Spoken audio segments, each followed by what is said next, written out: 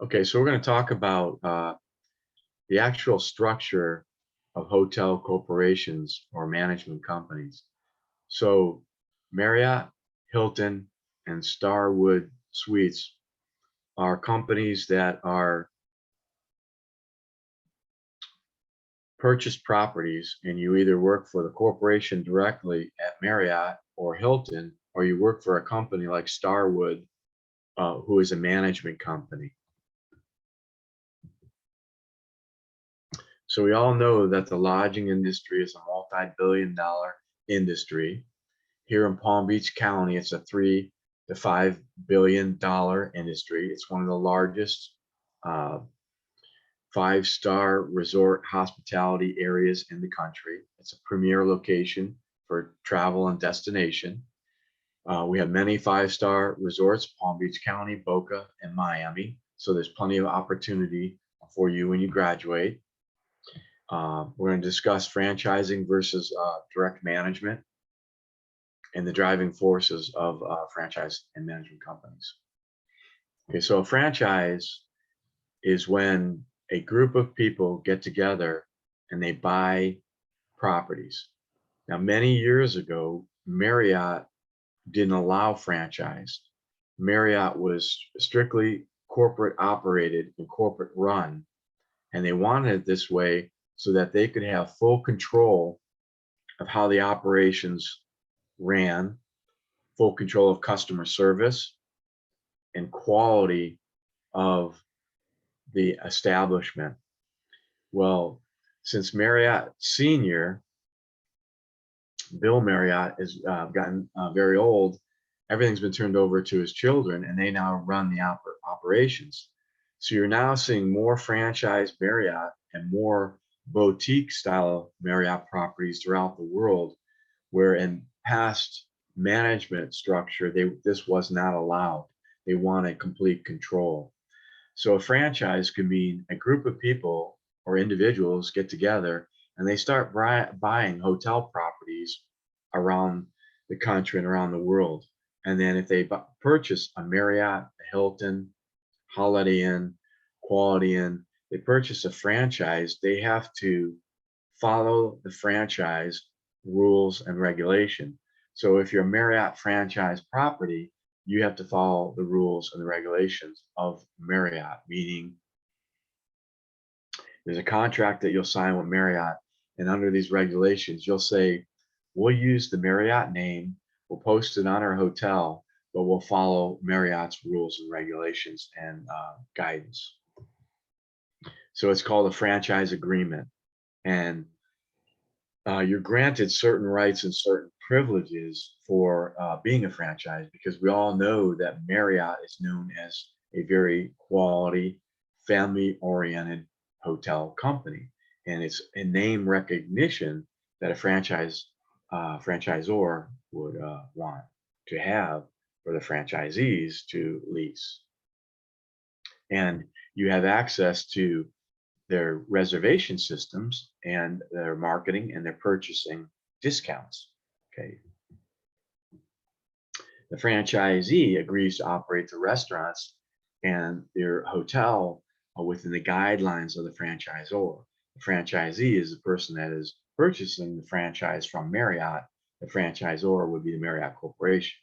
I'll give you an example. So I was the director of food and beverage operations for Kaloa Landing Resort in Kauai, Hawaii.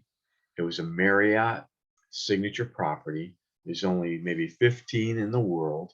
And basically, it's a group of men that got together and bought this signature property under Marriott to say that we're exclusive properties and you have to be a member of this club and buy into it.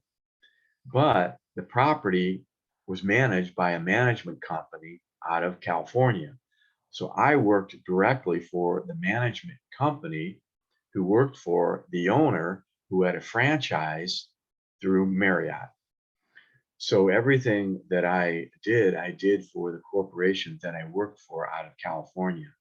So the budgets, the expenses, everything that I wrote, I had to send to a regional manager a vice president of food and beverage operations for the company that I worked for. That company reported to the owner of the resort in Kaloa Landing, which had a franchise signature property through Marriott. So an example of following rules and regulations is Marriott chose to come up with a breakfast discount plan, which meant that any Marriott Rewards program holder from silver and above would get a 15 to 20% discount on their breakfast. So what that meant was that we had to discount the cost of our breakfast. So it snowballed into where servers were getting less tips, guests were coming in and purchasing more breakfast at a discount rate. So our breakfast numbers went up. So we had lines out the door waiting for breakfast. Our servers were frustrated because the tips they were getting were less because the average check was less. So but we had to follow this according to Marriott's franchise rules. If we didn't, we would have been penalized and fined a lot of money. So these things happen. Another one was a buy one, get one drink special that really backed up our bars. It dropped our average check for our buyers. So it's a challenging situation as a manager because you're answering to your management company, which I answer to a company out of California. You have to follow the franchise or regulations, Marriott.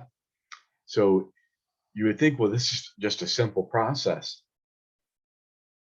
Well, these things snowballed into problems and challenges, which actually we had to have many meetings to discuss how we were going to handle this because our quarterly numbers were going to drop. Even though we did a higher sales volume, our average numbers were going to drop as far as revenue. So this is the quality of the maintenance standards. So maintenance standards mean if a Marriott executive comes into the property, they stay in the room, they check the cleanliness, they check to see if you have all the Marriott approved signage, table tents, place cards around the property. Are you using Marriott signature napkins? Are you using, Marriott business cards? All these play into a role of that. And if it's Hilton, it's Hilton.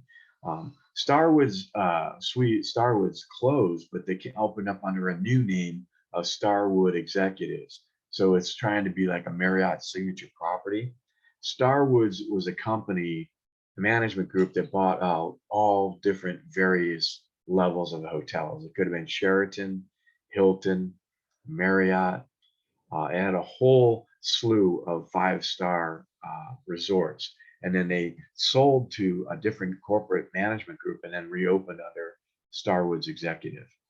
So these constantly changes and management groups you're going to find all over the America. Another big one, which is big here in South Florida, is Davidson Hotel Group. And some of you may be working for that group.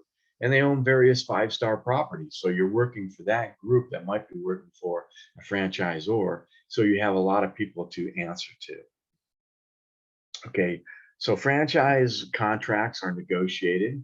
Usually they're negotiated by a VP of real estate to negotiate the percentage of the return. So you don't just say and sign an agreement and say, well, we're partners.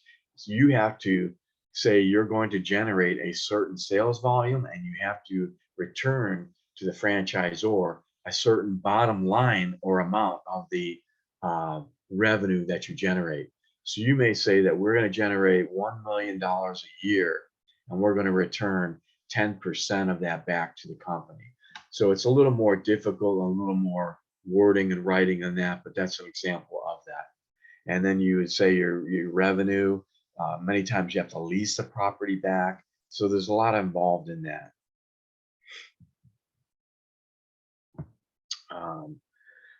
So it's said that more properties are franchised in recent years, and this benefits a corporate group because Marriott will don't have to directly manage. So for example, if Marriott corporate managed the property, That means they're hiring the general manager and the management team. That means they have to pay them a salary, they have to pay them benefits. Where if they have a franchise operating it, all they have to do is manage the franchise, meaning the franchise is responsible for hiring the general managers. They're responsible for the daily operations, all the headaches of the workings of that property day in and day out. Marriott Corporate is not. Marriott Corporate is just watching, what are you paying to lease the property? What are you paying to return on my investment? Meaning, we said at the time that you bought into this franchise that you were going to return on a revenue amount, a certain percentage of revenue made or generated based on rooms, based on food and beverage, based on convention and catering events. That's all they manage. Another example is if you go to the casinos and out in Las Vegas, you're going to see all those restaurants now that are owned and operated by celebrity chefs. So how does this benefit like the MGM Grand? It benefits the MGM Grand and all these other properties because they don't have the headaches or the daily minutia of operating that restaurant. Who calls in sick? Who shows up? Where's the GM? You know, are people stealing from me? They don't manage that. The celebrity chef signs a franchise lease agreement with the owner or the realtor that works for MGM Grand, saying we're going to pay a monthly lease, we're going to pay a revenue return on our average daily revenue that we generate, and then it's going to be based on registered receipts, and then 10% of a certain volume that you negotiate based on a dollar amount. Now, how does that benefit MGM? MGM has no headaches. They're just getting the gross revenue. So you'll see many of these convention centers, they'll manage their banquets and catering because that's a huge revenue generating area for them. But what they'll do is the reason why they do that is because in catering, you know exactly how many people you're going to feed, you know exactly what to order as far as food and beverage. And at the time the banquet event order form, BEO, is signed, the guest has to put up 50%. And then 72 hours before the event, the guest has to pay 100% and then give you a guarantee. A guarantee is a guaranteed count of the number of people that are going to attend. And they lock into that guarantee. And then anything over that guarantee, they have to pay above and beyond the 100% that was paid at the 72-hour window. So that's why you'll see these restaurants are being leased out by celebrity chefs, and the hotel properties and these casinos are just managing the real estate and managing the revenue. Okay, now we're also seeing this in large stadiums now. You're seeing Aramark, Sodexo, and Levi management companies. These are contract management companies that negotiate contracts with large stadiums on their food venue, their bars, and their corporate accounts. They call them lounges or loges. These are the corporate rooms where you'll see all these celebrities that lease these areas on the top of the stadium where they can watch the event going on. They lease these out, they sign an annual contract, and then the management group, Levi, will sign a contract with the stadium. They'll own that contract for a certain amount of year, and then Levi will lease out to celebrity chefs, local restaurants to manage their operations within the stadium. You're also seeing this now in airports. So if you travel into an airport, you're going to see the local cuisine and the restaurant of local celebrity chefs, and it's the same contract. There's going to be a real estate manager that's managing the airport venue, and they're going to lease out a space to a celebrity chef or to a name brand retailer who sells clothing, leather goods, purses, jewelry, etc. So when a person comes into the airport, they have a retail area. And then if you go into that restaurant, you'll see maybe your McDonald's, your Chick-fil-A,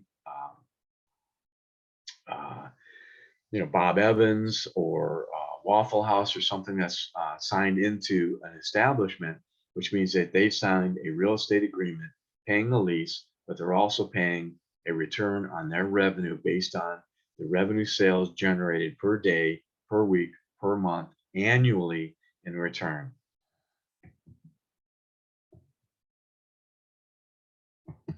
So franchise does have some restrictions. The disadvantages, I gave you an example of the Marriott where we had to do the breakfast discount and we had to do the beverage at the bar discount. So what that did was that dropped our revenue sales, even though we had a higher volume, we were selling our product at a lesser amount. So our revenue for that quarter dropped, which means we were making less money, but we had to do that because Marriott said across the country, we're going to give a special discount to all of our Advantage card rewards holders. And Marriott goes by silver, gold, platinum. We're going to give them a discount, a reward. The servers were very upset because their average checks dropped, so their tips dropped. And it happened very quickly. Within a 2 weeks period of time, all this happened. And I was trying to manage this when this was going on. And you have to do it or you get a huge fine. So that's a good disadvantage. Another disadvantage is you have to buy their product and their product. So if you're working for certain companies, like if you have the Holiday Inn franchise, you got to buy their cleaning supplies, you got to buy their toiletries, you got to buy all that. And you could pay a higher rate versus paying a rate for a local vendor that you would be purchasing from. So these are some of the operational constraints. And in many cases, they'll have pop-up visits. I know Holiday Inn does that. They have pop-up visits where they come in and they do check-off lists, and you may not even know that they're there. Okay, so a consortium or group is a management group. A management group is a group of people. Many of these management groups are people that have left corporate America and started their own management group. The group that I worked for in California was a group of executives that worked for Davidson Hotel Group, and they didn't like how Davidson Management Group was operating, so they all left, took the money that they made in Davidson and started their own company and going out and negotiating contracts with various hotel companies. They won these contracts and they had money, and so they started hiring managers like me to manage these properties and work for them. So they were corporations, so the LLC, limited liability corporation. So they had to pay workman's comp.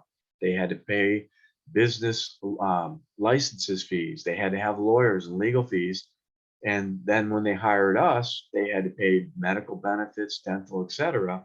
So it was a regular company that went out and started negotiating and stealing contracts from other companies that they felt were not doing a good job, or a contract was coming up that they'd negotiated to go in and say, hey, we'll be your management group under your franchise, whatever it is, Marriott, Hilton, Starwood, Davidson, and then we'll manage that for you. So that's an independent hotel group or a management contract. So they have their own systems in place. Most PMS, property management systems, will be able to talk at a corporate office. So corporate office, even though we were located in the islands of Hawaii, California, North California was outside of San Bernardino was the corporate office, and all of our computer daily sales, all of our reports could be read at the corporate office in California. So all the systems talked to each other. So many of you are going to be working for companies that have management contracts. Make sure you understand that, because you might go in thinking you're working for corporate Marriott and you're working for a management group under the franchise of Marriott, which means you're not going to necessarily get all of the Marriott benefits. You'll get some of them, like staying at rooms for free, getting Marriott discount room rates, etc. But you're not on Marriott's payroll, so you don't get all Marriott's medical benefits or retirement plans, etc. So those are things that you have to look into. So management contract allows a hotel company to manage the property for a certain period of time, and that certain period of time is a contract that's signed. And there are fine prints in the clause that if you don't make revenue, you don't make budget, or you do not follow Marriott's contract, franchise contract, and you break some of the rules, the contract could be null and void. That's why a lot of these management groups have hired big lawyers, and these are huge multi-million-dollar contracts. So the percentages vary. I would say 2% profit. That has changed over the years. I would say it's a little bit higher than that. Most groups are looking for a 10% return overall on their revenue, which is very high. And as you all know, we work on very close margins in the hospitality industry. Okay, so the hotel companies tie into these contracts because it's less cost or expenses to them. They have no expenses.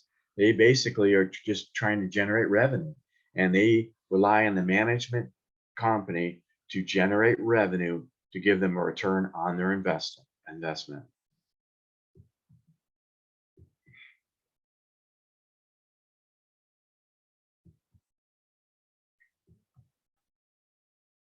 So a lot of these companies, if they have a partnership with a management group and the company that they're have a franchise with wants to expand and create new properties, you could develop such a really strong partnership, which the company that I worked for in California did, that when they're building new properties, you're part of the plan.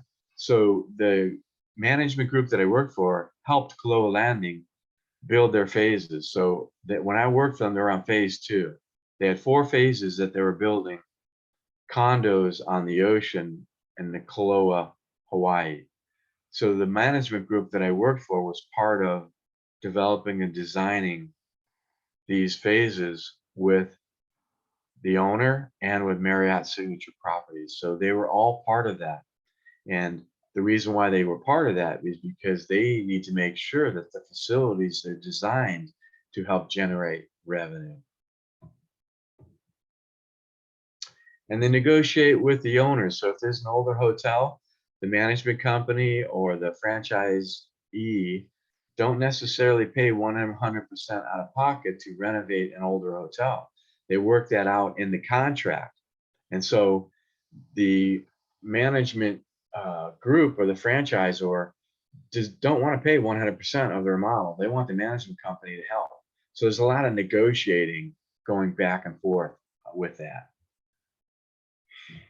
So we talked the other day on the lecture, and we said that room revenue is the highest generating area of revenue because it's the least cost expensive.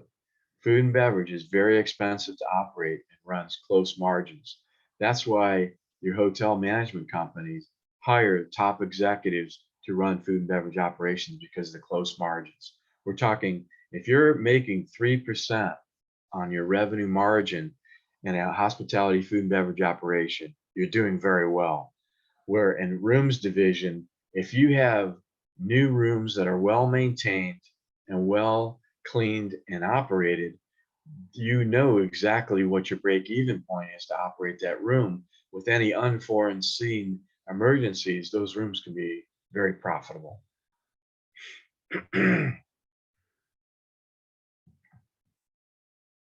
Okay, these are just some dollar amounts, and they vary. Again, naturally, COVID changed a lot of this. You can see that some outdated information on the cost.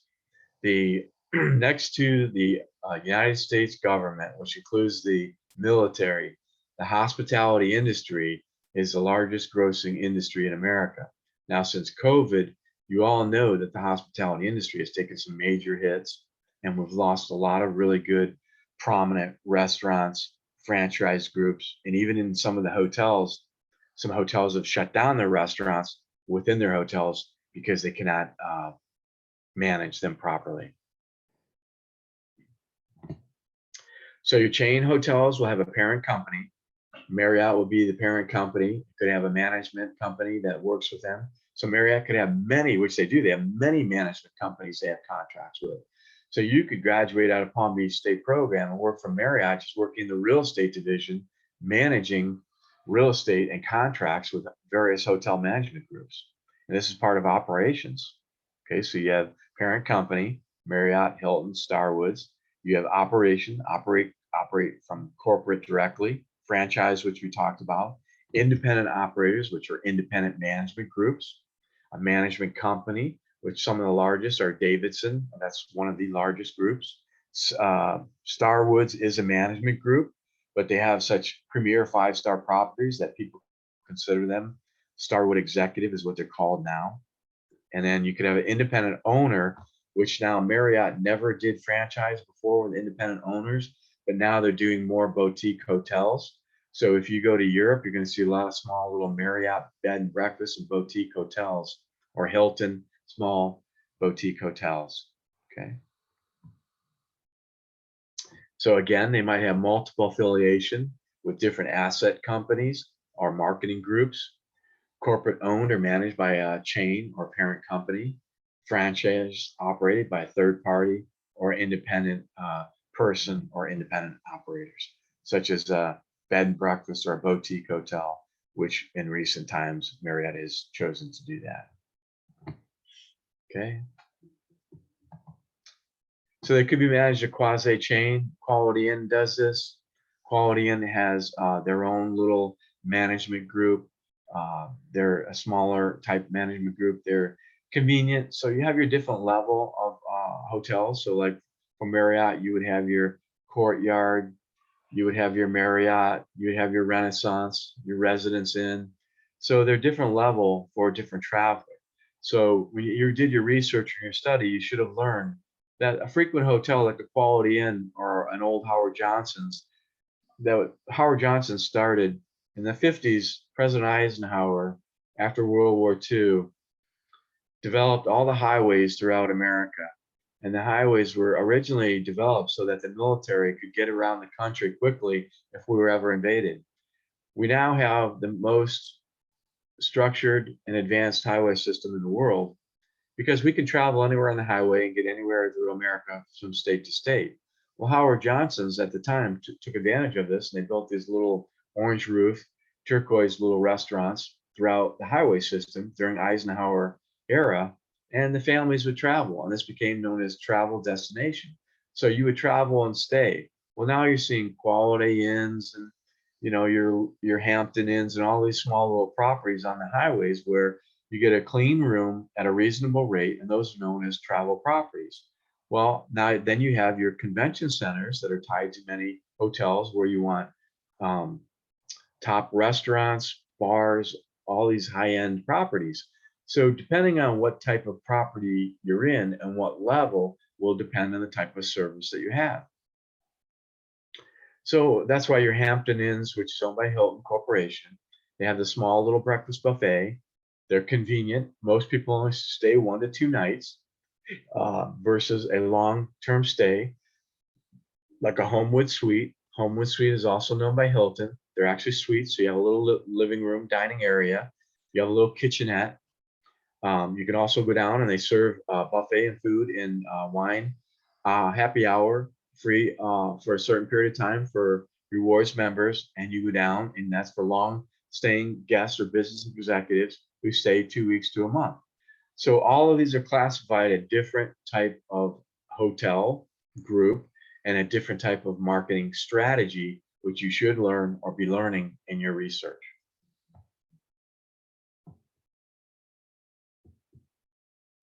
Then here in Palm Beach County, we have our resorts. Our resort hotels will have 5-star amenities. Some will have daily boating trips, fishing trips, scuba diving, snorkeling. It'll have the 5-star pool, the pool with the beverages. It'll have a high-end restaurant. It might have a convenient area just for the family. So one of the top hotels in La Hui, Hawaii, is known for its convenient area. So family would stand in line and they would have different refrigerated doors where they could go in and buy yogurt, breakfast cereal. They might have a few hot items for grab and go. They could buy sundries to take back to the room. So this would be a type of area that a resort might have. But at the same resort, they had a 5-star restaurant that you had to make reservations for. And then if you go out to the MGM Grand, the casinos out in Vegas, you're going to find different themed restaurants, steak houses, high-end Italian, the big buffets, whichever they're known for people to go in and travel. So you have different type of luxury resorts, which we're all familiar with here in Palm Beach, and travel destinations that people will go to stay at these luxury resorts. The convention center would be known for people staying for a week to go to a conference or a convention. And as we talked before, rooms would be blocked if the rooms are connected to the convention center. The goal for the sales department is to block the rooms. For example, Comic-Con in San Diego was all blocked out for a year out. So people had those rooms. So Sony, Pixel, um, Netflix, all these major companies that would go to all your gaming companies, GameStop would all have rooms blocked for their corporate executives. And these hotels would be blocked out for a year. Then they would sell food and beverage to these companies, and that would be known as a convention type resort, which your event planners would get involved with, which we talked about last week.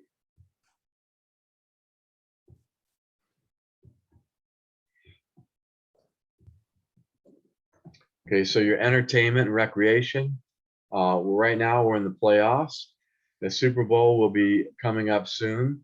And any of your large events, all these hotels and restaurants rely on business. So when we had sports shut down last year in 2020, think of all the convention centers around the major sporting venues that were shut down, all the hotels, the restaurants. So think of all of the budgets and the financial forecasts that were totally blown up. No one could understand their revenue and their sales because these were unique times during that time period. So you have your full service hotel, which offers all amenities, which are restaurants, your economy hotels, which we talked about, where for frequent travelers will take trips down the highway and they'll stay at to get to a destination. You're now more popular than ever at boutique hotels. You're seeing these pop up all over Palm Beach County. Boutique hotels are like Airbnb or vacation by rentals, where people will rent them so they can go out and explore all the offerings of the local community, the local town, and they have unique little bed and breakfast home style hotel amenities. Extended stay, we talked about.